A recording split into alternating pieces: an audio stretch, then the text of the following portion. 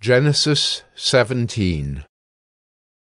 When Abram was 99 years old, the Lord appeared to Abram and said to him, I am God Almighty. Walk before me and be blameless, that I may make my covenant between me and you, and may multiply you greatly. Then Abram fell on his face, and God said to him, Behold, my covenant is with you, and you shall be the father of a multitude of nations. No longer shall your name be called Abram, but your name shall be Abraham. For I have made you the father of a multitude of nations. I will make you exceedingly fruitful, and I will make you into nations, and kings shall come from you. And I will establish my covenant between me and you, and your offspring after you, throughout their generations for an everlasting covenant, to be God to you and to your offspring after you. And I will give to you and to your offspring after you the land of your sojournings, all the land of Canaan for an everlasting possession, and I will be their God.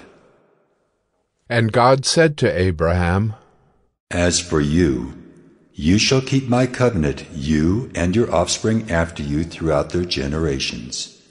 This is my covenant which you shall keep between me and you and your offspring after you. Every male among you shall be circumcised. You shall be circumcised in the flesh of your foreskins, and it shall be a sign of the covenant between me and you. He who is 8 days old among you shall be circumcised, every male throughout your generations, whether born in your house or bought with your money from any foreigner who is not of your offspring. Both he who is born in your house and he who is bought with your money shall surely be circumcised.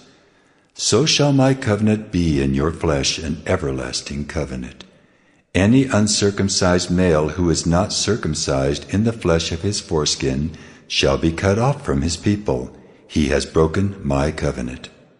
And God said to Abraham, As for Sarai, your wife, you shall not call her name Sarai, but Sarah shall be her name. I will bless her, and moreover, I will give you a son by her. I will bless her, and she shall become nations. Kings of peoples shall come from her. Then Abraham fell on his face and laughed, and said to himself, Should a child be born to a man who is 100 years old?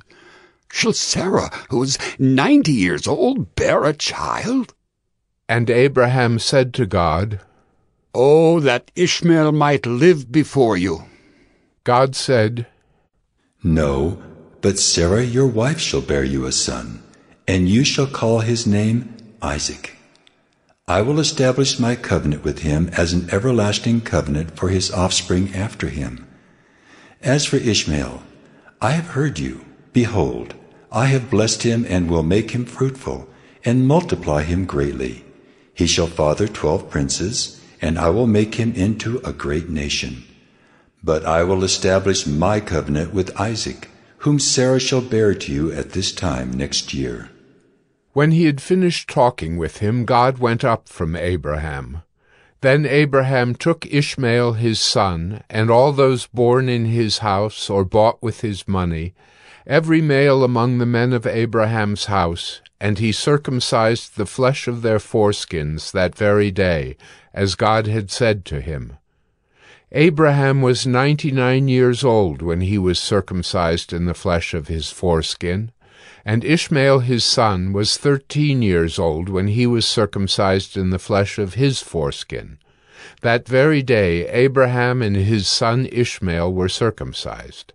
And all the men of his house, those born in the house, and those bought with money from a foreigner, were circumcised with him.